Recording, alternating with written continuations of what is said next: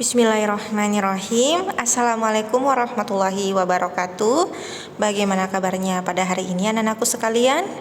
Semoga semuanya dalam keadaan sehat walafiat dan semangat mengikuti pembelajaran pada hari ini. Jadi materi kita pada hari ini yaitu pembahasan kisi-kisi PTS semester ganjil. Nah, jadi sebentar lagi kita akan melaksanakan penilaian tengah semester ganjil. Insya Allah akan dilaksanakan pada pekan depan hari Senin ya nak ya. Jadi Ustazah harap semuanya memperhatikan, menyimak pembahasan kita pada hari ini. Nah, baiklah, langsung saja. Silakan dibuka terlebih dahulu kisi-kisinya yang sudah Ustazah bagikan di ini ya, yang sudah Ustazah bagikan di Teams. Silakan dibuka kisi-kisinya. Hari ini kita akan membahas kisi-kisi.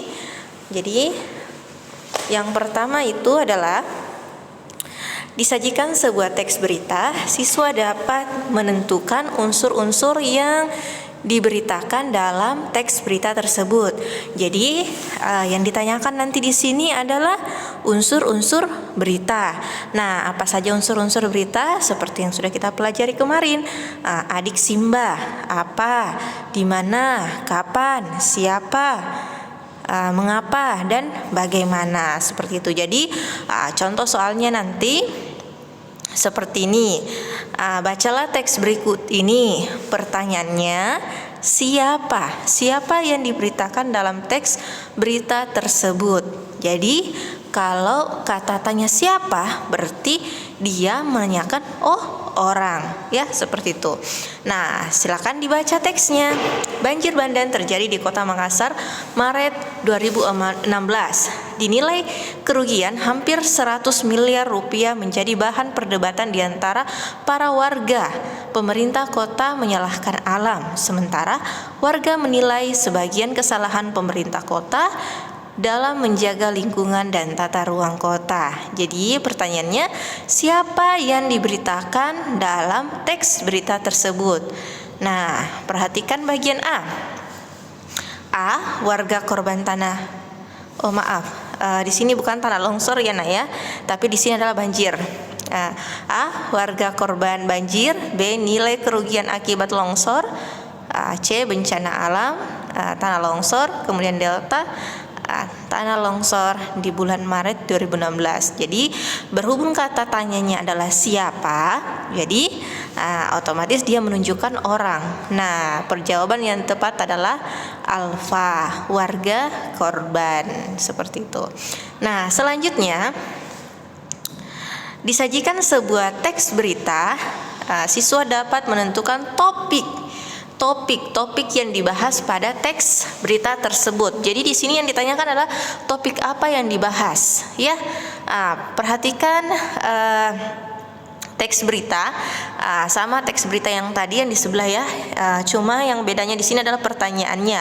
Topik yang diberitakan pada teks tersebut adalah A. Kerugian, B. Pemerintah kota, C. Tata ruang, delta bencana alam. Nah, apa topiknya? Yang tepat adalah coba perhatikan. Kerugian. Apakah yang dibahas di sini adalah kerugian? Bukan, ya. Pemerintah kota, bukan juga. Tata ruang, bukan. Jadi yang tepat adalah delta. Yang dibahas di sini adalah bencana alam. Jadi yang benar adalah delta. Seperti itu. Jadi contoh soal yang akan muncul nanti seperti ini.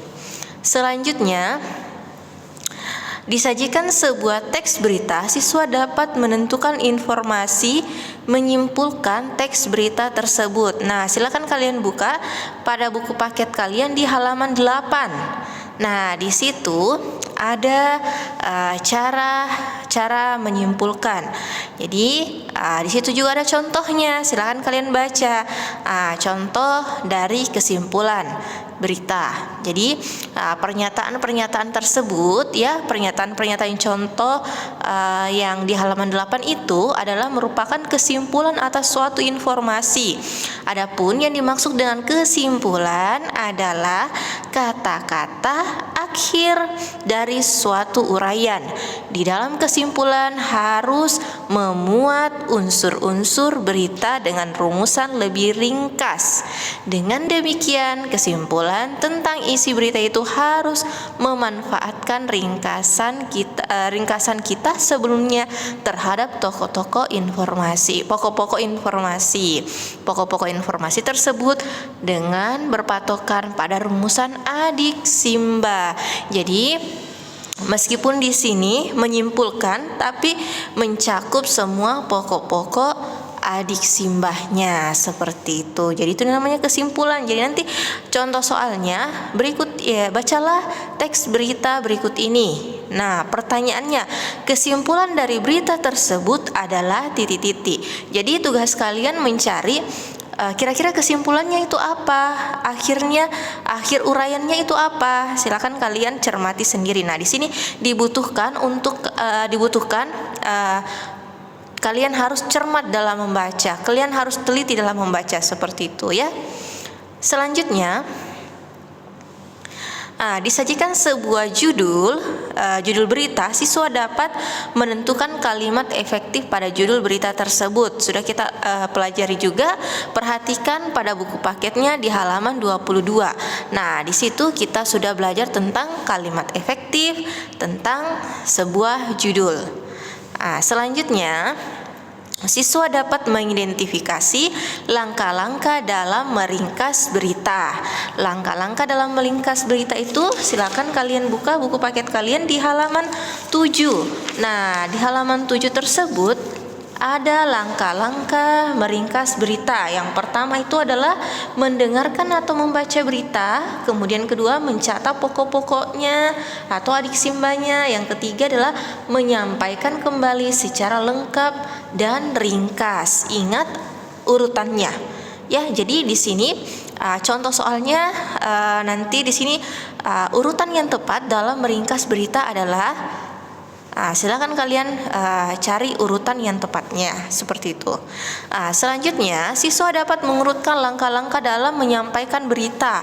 Sama tadi di sebelumnya ya. Jadi langkah-langkah ini ketika ada kisi-kisi yang menyebutkan langkah-langkah, kalian harus pahami urutan yang tepatnya. Yang pertama dulu apa, kemudian yang kedua, yang ketiga itu apa ya, seperti itu. Selanjutnya disajikan sebuah iklan. Tadi kita masuk di materi, sekarang kita materi berita, sekarang kita masuk pada materi iklan. Disajikan sebuah iklan layanan masyarakat, siswa dapat menunjukkan tujuannya. Jadi nanti akan ada gambar ibu tampilkan, ustazah tampilkan ya. Kemudian kalian menganalisis kira-kira apa tujuan dari iklan tersebut, iklan layanan masyarakat tersebut. Jadi di situ cuma ada gambar, kemudian kalian analisis kira-kira apa tujuan dari iklan tersebut. Selanjutnya, disajikan sebuah kalimat, siswa dapat menentukan contoh slogan.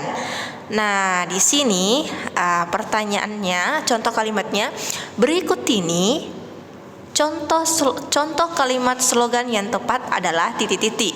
Apakah A, B, C, atau delta? Perhatikan kalimat-kalimat slogan. Kalimat-kalimat slogan itu kayak seolah-olah mengajak kita kepada suatu kebaikan. Ya. Selanjutnya, siswa dapat menentukan kalimat pada slogan, sama di nomor sebelumnya tadi itu.